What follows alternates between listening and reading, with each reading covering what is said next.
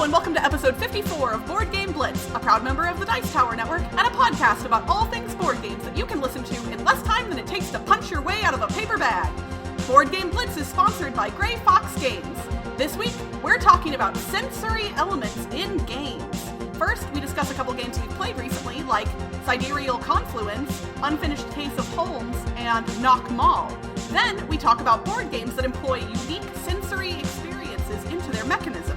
Finally, we wrap things up with a look at the etymology of the word sense. And now, here are your hosts, Ambie and Crystal.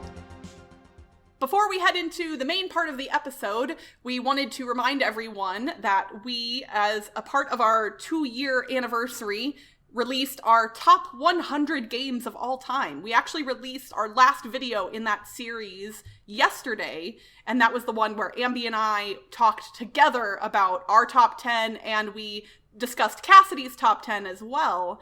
So that was really fun, and it's been 2 weeks now of releasing videos. It was a lot. It was a big project. Yeah. We've gotten some interesting feedback on our BGG guild from people who have decided to head over to pubmeeple.com and rank their own games, and so many people are like, wow, this is hard. I have a lot of respect for content creators who do this, and it makes me feel good because it was really hard.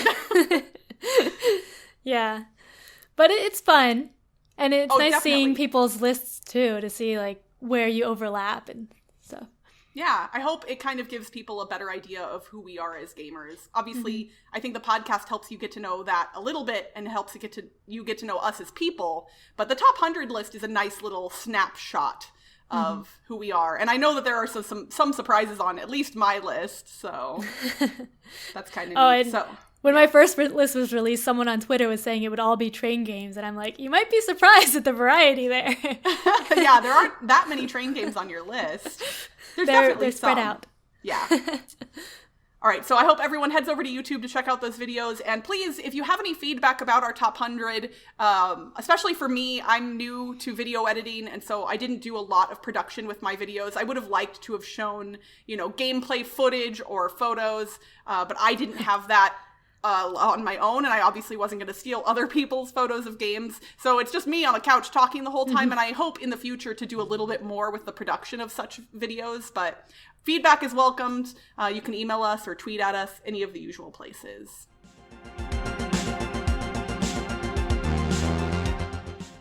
A couple of weeks ago, I went to KublaCon and played a lot of games, and one of them was Sidereal Confluence, which is a game from 2017, designed by Tao Seti Dijkman and published by WizKids.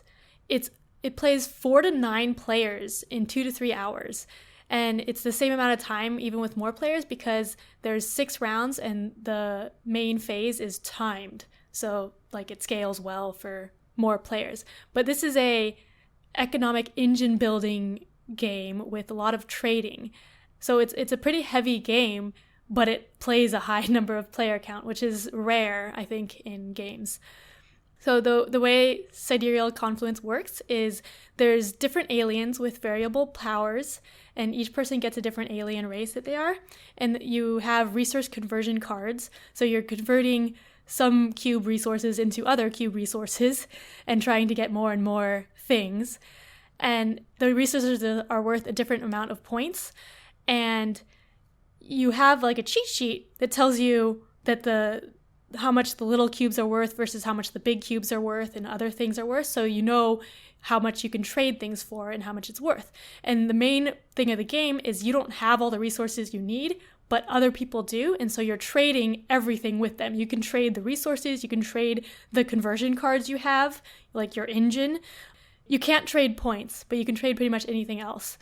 And it's all a real-time phase where you're just trading with everyone, just doing negotiation with everyone. And all the trades are binding, which I really like, because usually, or sometimes in games, if people say something, they can just say it and then later they don't do what they said they're going to do. But in Sidereal Confluence, you have to do what you say you're going to do. So there's none of that backstabbing or going back on your word, because that really stresses me out and I don't like that. So I had a lot of fun.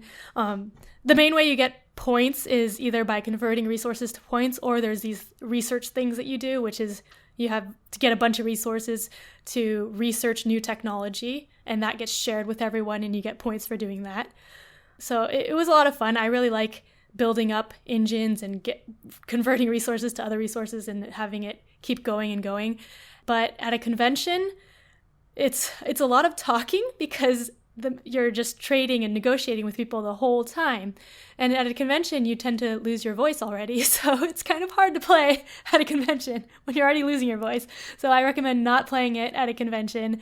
Or if you do, find like a very quiet room to play it in. It's also, Sidereal Confluence is very group dependent because it needs people who are willing to make trades because the whole game relies on trades. So some people don't like making trades in games because they always don't think like it might not be worth it to them or something. So it's that whole thing where like a trade tangibly benefits one person more than the other, and people get afraid that they're going to be on the losing end of that deal. Yeah, so if everyone's afraid of that, then no trades are going to happen, and then the game will fall flat. But if your group likes trading, and everyone is able to trade, and it helps that there's little player aids that tell you what things are worth, how much they're worth in the game. They're going to be worth more or less to you depending on what you need to get, but you know how much they're worth at a base rate, so you can use that to make your trades. So I really like that. Do the different aliens value different resources in different ways? Like, does that... I don't know what all the different aliens do. Okay.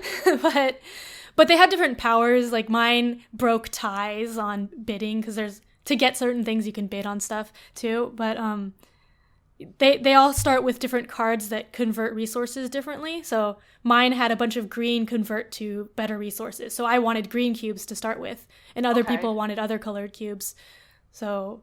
Okay, so that's nice. So at least it's... Because if everything has the exact same value to everyone, then I imagine it's easier for that trade system to break down. Mm-hmm. But the asymmetric nature of the aliens sounds like it makes it a little easier. Like, oh, I want green, you want blue, here we go. Yeah. And so it's cool because, like, I didn't care about white cubes, and other people wanted it, and so I'm like, okay, I could trade you this if you give me some green or something. Okay. So that was fun. How many players did you play it with? We played with 5 players. So it goes up to 9. There's 9 different aliens. Do you think it would work? Obviously, time-wise, it scales well because of the timed nature of it. But do you think a 9-player game would be pure mayhem, or do you think it would be really cool?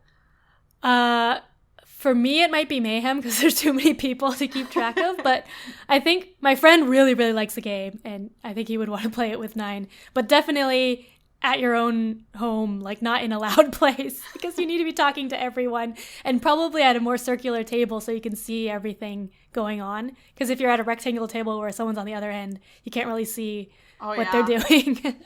Yeah, that's table space for 9 players is tough. It takes a lot of table space.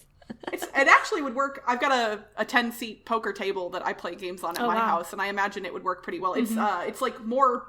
It's cylindrical. It's not round, but it's short enough that I feel like the people on either end could still talk to each other. So I don't know. I'm not even saying that I want to play Sidereal Confluence. Maybe, I don't know, but I guess if anybody in Vegas needs to play it, they can come use my table. I don't know. Something like that. One of my friends is going to take me up on that offer, probably, but that's cool. Yeah. In another game I played recently, I got a review copy of Unfinished Case of Holmes, which is a 2017 game designed by Alexander Chris and published by ID Venture. It's an escape room type game with puzzles. So I got a review copy. I'm going to write a review on our website at some point, but I just wanted to talk a little about it here. It's a puzzle game, and it has an app where you input answers. It says it's 2 to 12 players, and there's a 2-hour timer. We played with 5 players, but I think it's probably best with 1 to 2 players because the puzzles were linear and it's on pieces of paper. And when we had 5 players, we couldn't all see the puzzles at the same time. So not all of us were actively engaged. So we were a little disappointed in the experience, and you'll be able to read more on the blog. But probably if you play with fewer players, like 1 to 2 players, it could be fun. So that's Unfinished Case of Holmes. Okay. I recently kind of got the itch as a result of the Spiel des Jahres nominees to order some games from overseas.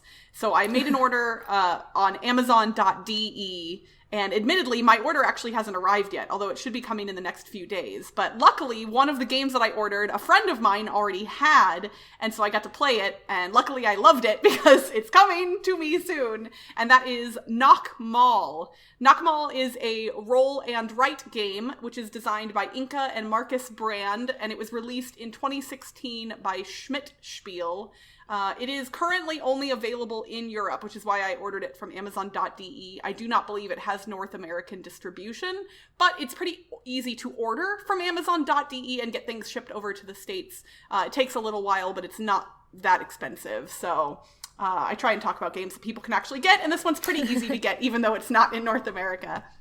So in Noch Mal, all of the players have a sheet of paper that contains a grid, 15 by 7 grid filled with colored boxes. And the boxes are kind of grouped by color, but randomly. So like there's like a whole bunch of different groups of yellow boxes and red boxes and blue boxes all over this grid. Some of the boxes also contain stars. And then all of the columns, all 15 columns, are designated with letters of the alphabet. On a player's turn, they roll these dice, and there are different colors on some of the dice and numbers on others of the dice. And whatever is rolled, the active player gets to take a color die and a number die and pull them out for their own personal use. And no one else is allowed to use those dice, but everyone else is allowed to use all the remaining dice to try and make a combination. So you pick a color and a number, and then you have to mark off that many boxes, but they all have to be grouped in the same area. And you can't mark off more or less than the number that was rolled. So for instance, if there's a group of 3 yellow boxes that you want to mark off, but there's not a yellow 3, there's a yellow 4, you can't do it. You have to be able to mark all of the boxes together at once. And the goal, you have to start from the middle column, which is the H column, and go out, and then you can only mark boxes next to other boxes that you've already marked, so you have to kind of spread out from the middle. Your goal is to complete full columns, or complete colors, and the colors are spread out all over randomly across the whole thing, so it's kind of hard to get to those. The end game is triggered by colors getting completed by different players, and I don't remember how many exactly, but you score more for columns toward the outer edges of the grid rather than the inner, and you're just trying to mark off as many things as possible. I love this game so much, and I don't know what it is about roll and write games. I feel like I'm a Suzanne Sheldon in training, because every new roll and write I play, I kind of just fall in love with it, and they're so simple. But I just, the strategy of these types of games scratches the right place in my brain, I guess. And since this one is designed by Inka and Marcus Brand, which, if anyone watched my top 100 videos, they have a few games on my top 100. I'm going to go on BGG and start looking at the other games that the brands have designed that are available only in Europe. And I might actually order some more, because I don't think I've played a single game of theirs that I didn't completely love. And I did see that some of their games on BGG are pretty low rated. Obviously, not every single game is going to be a winner, but I want to play more of theirs. And I think Noch Mal is a really good roll and write game. I don't remember what the player count is for it. I'm going to pull that up real quick. Yeah, it can accommodate 1 to 6 players. And I haven't played what the solo mode is, so I can't speak to the experience for solo. But I don't think it would go any really differently with between even 2 and 6 players. So I would highly recommend it if you like roll and write games. And yeah, it's easy to get from overseas, even here in North America. So that is Noch Mal, and that's spelled Nochmal. Yeah, there are a lot of roll and write games coming out recently. Or I've maybe just been noticing them recently. I don't know. Yeah, I feel like they've been a thing maybe over in Europe a little bit more, and they're kind of hitting a stride here in the States. Because, yeah, Noch Mal came out in 2016, and I feel like even 2 years ago, there were a couple of popular roll and write games here in the States, but there's been a lot more. And especially with Ganz, Schön, getting a Kinderspiel nomination, I feel like there's more, like, that's a big deal for a strategy game that's nominated for the Spiel to be a roll and write, which are normally considered to be fairly light games. I think that's really cool, and that is part of my order that's coming soon as well, so hopefully I'll be able to give you all a review of Ganz, schön, soon as well.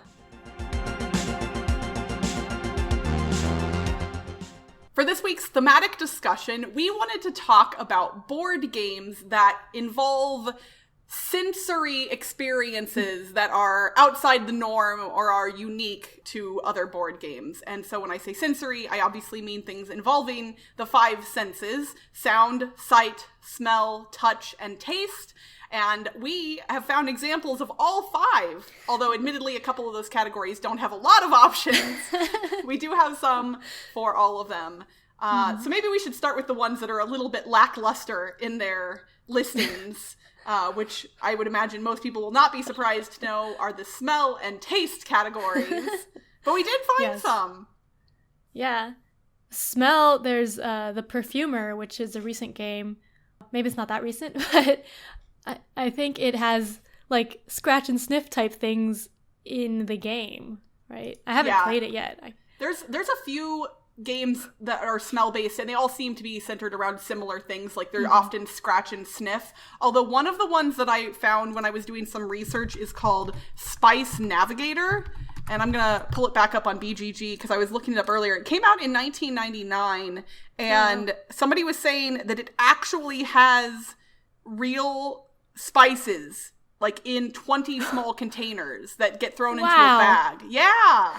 And so you, like, have to pick containers, open them, sniff them, and guess what they are from a list of common and uncommon spices. And that's interesting. I wonder, like, it feels like that wouldn't, like, be allowed. It wouldn't nowadays. last. Or, yeah, like, it definitely wouldn't, like, if it's from 1999. Although I imagine if you knew what the spices were, you could make new containers. Yeah, like, that's that wouldn't true. be too hard to do. Yeah, when I was looking it up, I was kind of like, oh, that actually sounds kind of interesting. It's not rated very well on BGG, but that doesn't, you know, it says it's a 90-minute game. That doesn't feel like a smelling game should be that long. But maybe there's a lot more to it that I don't know. Oh, that's not the main aspect of the gameplay, it says. That's like, it's a commodity speculation game. And it just happens to have spices that you smell. That's so weird. But yeah, it seems like both smell and taste are ones that wouldn't last long because the smell would go away, and with taste, the ones we found are all edible games. Right. Once you eat them, then you're done. I mean, I'm kind of glad that they're edible games, because if they were games where you had to taste things and they weren't consumable, things would get gross really fast. Yeah. So yeah, like, there's chocolate editions of a lot of mass market games. There's Catan chocolate edition, Scrabble chocolate edition, and there's a Monopoly that's made out of chocolate, I guess, as well, which I hadn't heard of until I found it in this list. And then we have to give a shout out to, it's not really a game, but we have to give a shout out to Bean Boozled, only because Ambie and I subjected ourselves to it during a live Twitch stream last year, I want to say. I don't remember how long ago that was now. Yeah. So if anyone has only been following us for, you know, a shorter amount of time, and you want to see Ambie and I eat a bunch of really gross jelly beans, and some good ones. Ambie got a bunch of good ones, and I got not a lot of good ones, and the effects of that were fun to watch, I think, for everybody involved, maybe. So yeah, go look on our YouTube channel and search for Bean Boozled, and you'll get to see us eating gross jelly beans, which, yeah, that's amusing. So smell and taste are aside. The other 3 definitely seem to have more variety in the types and numbers of games that are available. So for touch, I feel like you could kind of almost count most dexterity games as some kind of a touch-based game. But when I was making this list, I was focusing more on games where the physical feeling of pieces was integral to the gameplay itself, which ended up being mostly kids games. So stuff like Go Away Monster, Captain Silver, and Taxi Wildlife, where you're having to, like, often reach into a bag and feel pieces and try and find the right one by touch. And those are often, like, different shaped things. Like Taxi Wildlife, you're feeling different animals and things like that are made out of wood. I did also find one that I had never heard of before called Dr. Shark, which is designed by Antoine Bauza and Bruno Cathala. And I was like, wait, what? How have I not heard of this game by these 2 awesome designers? And it's these puzzle pieces that are in a bag, and the backs of all of the puzzle pieces are different based on what color they are. So like one's smooth and one feels like lizard skin and one is made of felt and one is like sandpaper. And it's a speed game where you have to reach into the bag and you only have 30 seconds. And based on where your piece is on the board determines what types of pieces you want to pull out. So you either want to pull out like all the same type of backs or all different, or you can grab a handful, but if you grab any of the shark pieces that are in there, then you lose that color or something. I don't know. I watched Tom Vassel's review of this from like 6 or 7 years ago, and he said it's definitely a one-note game, but that he really enjoyed it, and I kind of want to play it. Yeah, that sounds really interesting. Yeah, a lot of these games that they're very different, but they don't get very popular. I think that is partially because of the lack of replayability, maybe. Like, they are kind of gimmicky, but that doesn't mean they're bad. I just, like, especially if you could get one of these cheap, it would be a fun thing to pull out for, like, a long game day once in a while or something like that. And also, it's designed by 2 really good designers. So, if anyone has a copy of Dr. Shark and is near Vegas, let me know. I want to play it. I should look and see if there are copies available online.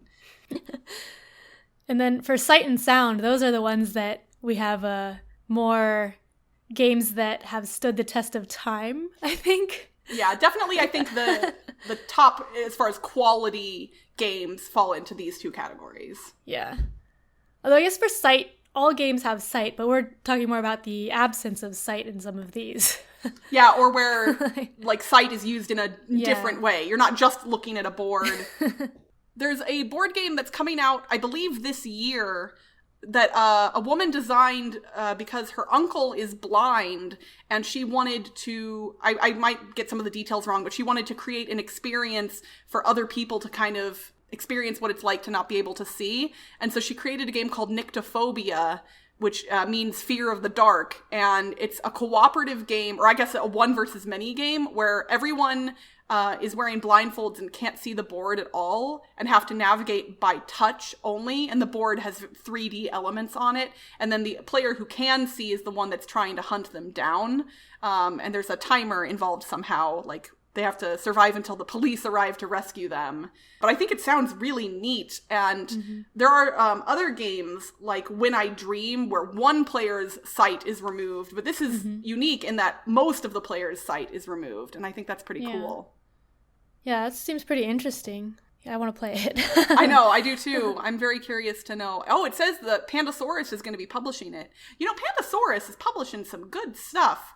I have to say, they might be the next Renegade for me. I don't know, because I like a lot of Renegade stuff and I like Pandasaurus' stuff. So you can like both. Well, yeah, I'm not saying they're going to replace Renegade, but like they're the new one that, like, if they publish a thing, I think I might just be interested in it, no matter what it is. There are some other site-based games that rely on technology. Like, there's a couple of VR board games. I know Escape Room, the game, has a VR edition, at least over in Europe, where you can play different VR or different escape room scenarios using VR. And I don't know how that goes because I haven't gotten to play them. But there's like a submarine one, and I think there's something else as well. And then there's that Mask of Anubis VR game where the player wearing the VR headset has to describe things, and then the players who aren't wearing the VR have to draw the map that the person is seeing. And I've heard good things about that, and I really want to try it, but I haven't gotten my hands on that one. I should look and see if that's available online. I will admit, really I'm kind of in a VR kick right now because I got to try Beat Saber for the first time, which is not a board game, but is a lot of fun. It's a lightsaber rhythm game that's available on VR, and my friend has it, and it's really fun. So I want to try all of the VR things now. But rhythm games, speaking of that, goes into sound, which I think is our favorite sense, because a few of these games made our top 100 lists. That's true, and we had some crossover on some of these as well. Like Mord Im Arosa showed up on both of our top 100s. Or not mine, I've only played it once. Oh, not yours, okay. Yeah. Oh, I thought it made your list. I know you Igloo like Pop it. made my list, though. Oh, and Igloo Pop didn't make mine, even though I really like it. So, yeah. Escape the Curse of the Temple has a CD with a soundtrack. You can play without the soundtrack, but I think I would never want to. But there's a lot of games like Escape the Curse of the Temple where there's a soundtrack that is helping be the timer for the game. Like Space Alert does that. Meeple Circus kind of does that as well. There's other games that have audio cues as part of the game. Stop Thief, the old game that got brought back by Restoration Games. So it used to use an electronic component and now uses an app, and it gives you audio cues to help you figure out where the thief is on the map.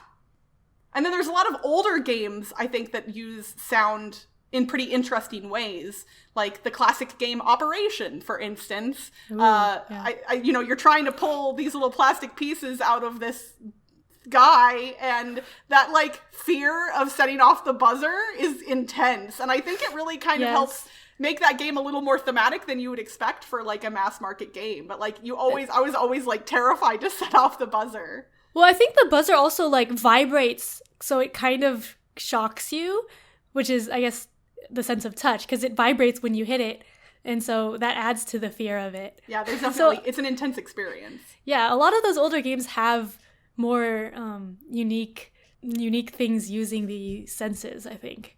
Yeah. Like, if you look back to, like, the 80s and 90s, there's a lot of board games that use electronic components. And it's funny because people today are like, some people are like, I don't want apps in my board games, and I don't want technology in my board games. But technology has been in board games for, way before technology was even as pervasive as it is now. Yeah.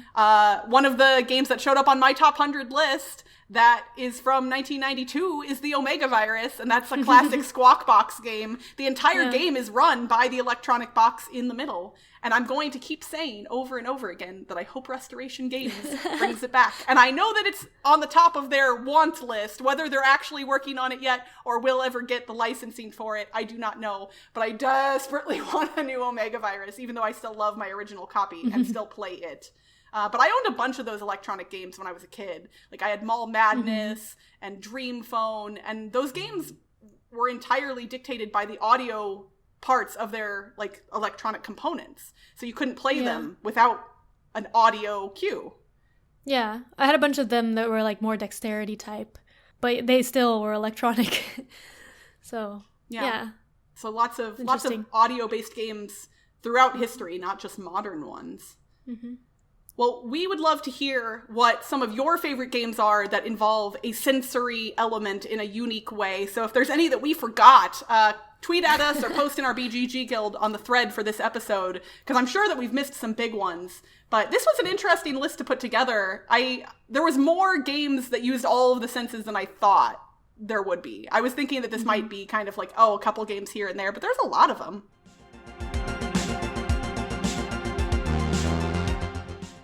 For this week's etymology segment, we're going to look at the origins of the word sense in its noun form. The English word sense originated in the 14th century when it meant faculty of perception or meaning, import, or interpretation, particularly regarding Holy Scripture. The word can be traced back through the Old French sens, which meant one of the five senses, meaning, wit, or understanding, and that word stems directly from the Latin word sensus, meaning perception, feeling, undertaking, or meaning. The Proto-Indo-European root sent meant to go. The English word sense didn't refer to the five senses we spoke about earlier in the episode until the 1520s. The phrase sense of humor first appeared in the 16th century. So next time you play a game that utilizes your senses in a unique way, let your knowledge about the word sense help guide you to victory, or at least provide some fun trivia for the other players. And that's it for this week's Board Game Blitz. Visit our website, boardgameblitz.com, for video and blog content, as well as to get links to all our social media pages, including our Facebook, Twitter, Instagram, and Board Game Geek Guild. This episode was sponsored by Grey Fox Games. If you enjoy strategic card games with interesting decisions, make sure to check out Multi-Universum, available now at your friendly local game store or at greyfoxgames.com. Grey Fox Games, quality games, cleverly crafted. If you're enjoying the podcast and want to show us a little love, you can become a patron for as little as $1 a month. Just head to patreon.com/boardgameblitz. Our patrons get a lot of benefits, including access to our private Slack channel where you can chat with us directly anytime. Our theme song was composed by Andrew Morrow. Technical support provided by Toby Mao. Board Game Blitz is a proud member of the Dice Tower Network. Check out the other shows in the network by visiting dicetowernetwork.com. The Until next time, it's the eye of the blitzer, it's the smell and the taste, hearing sounds as we're feeling the components. Bye, everyone! Bye!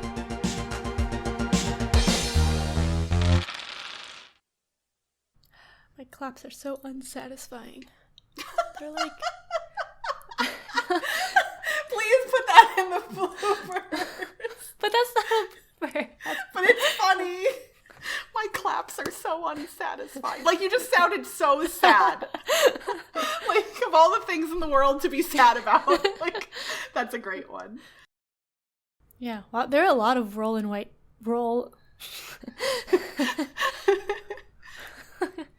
That's hard to say. So that's why somebody designed a game called Roll and Write, spelled like with like the name ROLLAND WRIGHT. I think I saw that, yeah. Yeah, Roll and Write. I was like, that's funny. This episode was sponsored by Gray Fox Games. Okay, I didn't get messed up over multi-universum. Just enjoy. Okay. End of episode, bonus content. Da, da, da, da, da. All right. So last episode, we gave you all an alliterative clue, and this one was a tough one.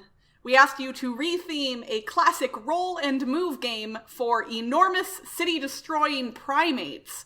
And so what game was that, Ambie? It was Monster Monkey Monopoly. And that was a tough one, we know. So Yeah. we're gonna give you one that's a little bit easier this week. We're gonna ask you to retheme a quilt making game for people in hospitals that love their country. Good luck, everybody.